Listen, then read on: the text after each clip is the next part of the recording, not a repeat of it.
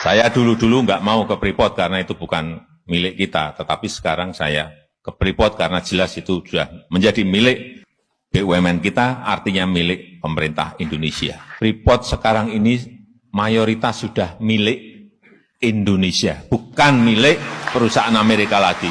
Karena sebelumnya kita hanya diberi 9,3%. 3 tahun kami negosiasi, sangat alot sekali, dan kita sekarang sudah memegang mayoritas 51%. Dan juga yang saya senang waktu ke sana saya cek ini karyawannya, saya dengar banyak yang bule, enggak Pak. Sekarang 98% itu adalah Indonesia. Dan yang saya senang lagi 40% itu adalah Papua, masyarakat Papua. Betul bahwa sekarang itu seperti dia katakan Pak Prabowo, banyak pejabat korup, tidak salah Pak Prabowo. Bahwa ekonomi sekarang itu ada kesenjangan, tidak salah. Semua orang mengatakan itu, dan itu masalahnya dari waktu ke waktu. Bahwa banyak aset kita dikuasai asing sejak dulu sudah begitu, tidak baru. Seperti kata Babe tadi, kata Pak Ridwan Said, itu kan penyanyinya aja yang beda. Nyanyiannya sama sejak dulu. Banyak maling penyuap, banyak elit busuk. Itu kan kampanye dari setiap pemilu, entah legislatif, entah eksekutif, kampanyenya kan ini semua. Tapi sesudah selesai, tidak ada yang bisa menyelesaikan ini. Iya kan? Iya kan, coba. Pak SBY dulu punya janji, 12 langkah menyelesaikan krisis Indonesia. Nah, 15 langkah. Yang 12 itu memberantas korupsi dengan mengangkat pedang sendiri. Korupsi masih banyak zaman Pak SBY. Sama.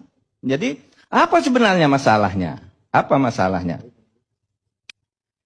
Masalahnya itu ada dua, menurut saya. Pertama, karena kita ini tersandra.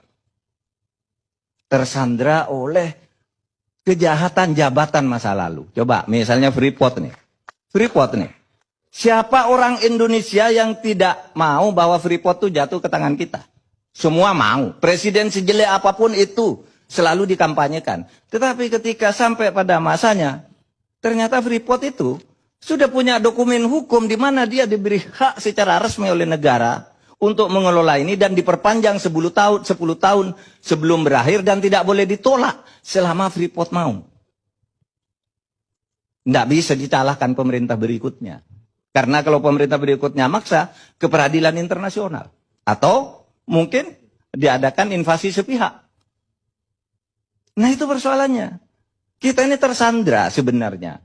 Nah oleh sebab itu cara menyelesaikan itu bukan berkampanye. Besok kalau saya jadi gubernur Papua saya selesaikan Freeport. No. Mereka punya dokumen sekarang tidak bisa. Kata divestasi 51% oke. Mereka sehari bilang oke. 2 hari kemudian bilang tidak. Sampai sekarang. Prof Mahfud, saya nanya dikit, dokumen yang menyandera kita itu dokumen apa? Dalam soal Freeport. Dalam soal Freeport, satu dokumen undang-undang yang pada waktu itu ditandatangani dan disetujui bersama oleh DPR bersama Pak Ginanjar. Cabut saya aja. punya dokumennya. Enggak, cabut aja tuh undang-undang. Loh, kan orang sudah terikat sebelumnya undang-undang. Di situ disebut, sebentar. Di kontrak itu, di MOU itu disebutkan undang-undang. Meskipun undang-undang dicabut tidak berlaku bagi Freeport. Ada, Pak. Itu Pak Ginanjar dulu yang buat. Iya. Itu berjalan sampai sekarang. Saya ketika Sudirman Said itu dikritik rame-rame. Gimana Anda kok bisa melakukan itu? Merugikan rakyat. Dia ketemu saya, Pak, ini undang-undangnya. Ini hasil kesepakatan DPR dan pemerintah.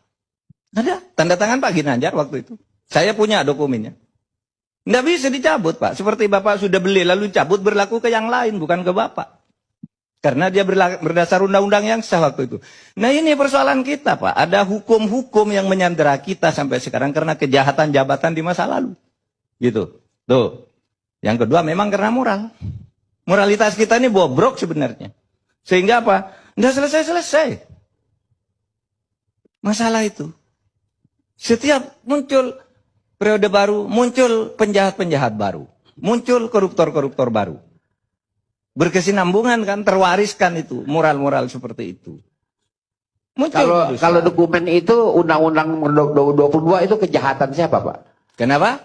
Undang-Undang nomor 22 yang menyandera kita dalam hal Freeport itu kejahatan siapa? Saya ingin ralat itu bukan kejahatan dalam arti pidana, itu tidak ada pidananya. Itu adalah apa namanya proses pembuatan hukum yang kolutif. Dan itu banyak terjadi zaman Orde Baru. Setiap undang-undang tuh satu pasal itu dibeli, Pak. Ini pasal ini, perusahaan ini yang beli. Kekurangan tuh satu dim tuh harganya satu orang bisa 50 juta, Pak. Satu dim, padahal undang-undang tuh kadang-kala sampai 200 dim. Bisa 50 juta satu orang. Berapa anggota pansusnya? 50 orang. Rupiah apa dolar, Pak? Rupiah. Kalau undang-undang rupiah, Pak. Pembuatan undang-undang masa dolar. Pada waktu itu ya, Pak, saya pernah dipersoalkan nih. Ketika bicara kayak gini, bahwa banyak pembuatan undang-undang itu yang dijual belikan. Lalu Pak Marzuki Ali sebagai ketua DPR marah. Itu enggak benar tuh, ketua MK. Saya ketua MK. Saya bilang, saya tahu. Dan saya nyebut lalu 8 orang pada. Ini 8 orang sekarang sedang di penjara. Anda tahu enggak? Anak buah Anda, saya bilang sama Pak Marzuki. Sedang di penjara. Kan menjual undang-undang. Bahwa undang-undang ini akan dimasukkan pasal ini. Anda akan mendapat ini. Tetapi bayar dulu ke saya sebesar 8%. Ini sekarang orangnya masih di penjara semua, Pak. Itu pembuatan undang-undang kita sekarang. Ini yang harus diatasi ini. Untuk menyelesaikan masalah-masalah yang kayak gini ini. Ini, oke. Oleh sebab itu bagi saya, ancaman itu bukan 2030 itu enggak ada. 2030 hayalan. Yang nyata ancaman itu ada 4 dis. Yang akan menyebabkan kita ini hancur sebenarnya. Satu, kalau penegakan hukum berputar-putar seperti sekarang, berarti kita sudah terjebak di dalam sebuah disorientasi penegakan hukum. Salah jalan kita ini. Disorientasi yang berjalan terus ini akan menyebabkan distrust. Rakyat tidak percaya. Iya kan? Kalau ada orang ngomong, matikan TV-nya. Bohong ini katanya. Mau ke pengadilan, nah bohong ini. Nggak percaya pengadilan. Kalau distrust ini dibiarkan terus akan terjadi disobedience. Pembangkangan. Kalau pembangkangan terjadi, itulah disintegrasi. Bisa tahun depan, bisa tahun 2030, atau bisa tidak terjadi. Tergantung kita mau memperbaiki apa tidak ini. Soal ini semua.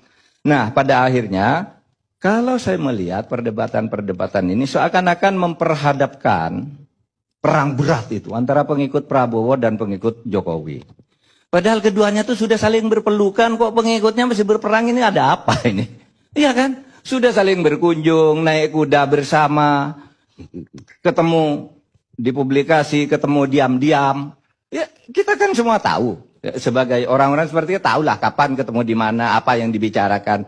Ini malah yang di bawah ini berperang seakan-akan musuh bebuyutan. Yang orang sudah rukun, yang lain bermusuhan terus. Kenapa kita tidak melihat masa baru sekarang? Ini. Kan ada tahapan-tahapan demokrasi dan hukum itu berjalan bagaimana. Nah itulah yang harus kita tempuh. Dan kita harus mendidik rakyat ke arah itu. Assalamualaikum.